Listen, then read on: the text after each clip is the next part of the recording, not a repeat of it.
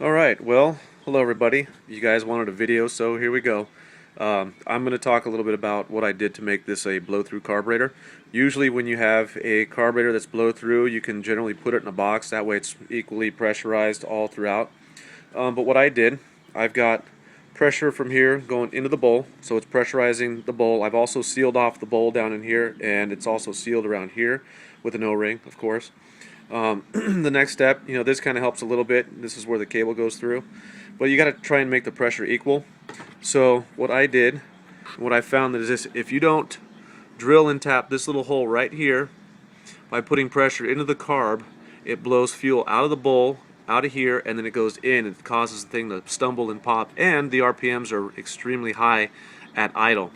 So I just had this lying around. I tapped it. I think it's a 10 by 125. I'm sorry, a 6 by 125, but whatever you can fit in that hole would work.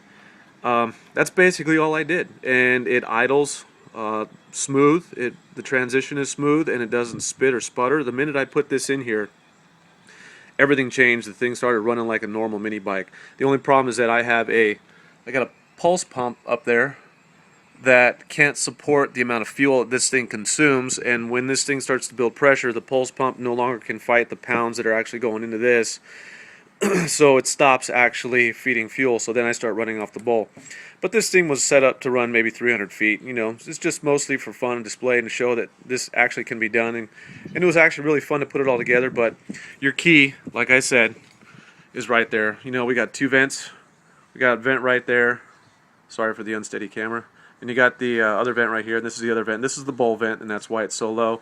That would generally spit fuel out, like I said, and cause everything to spit and sputter. So if you have the fuel pump that can support that, I do have a charge and a light coil. The charge coil actually is running the oil pump for the turbo, which I showed you guys a while back is running right here.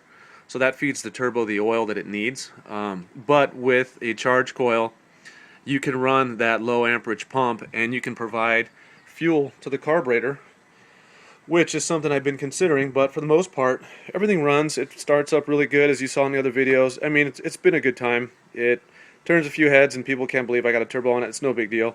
I just thought it was pretty cool. But I appreciate you guys who subscribe, and hope that this little tidbit right here lets you guys figure out the secret to a blow-through carburetor.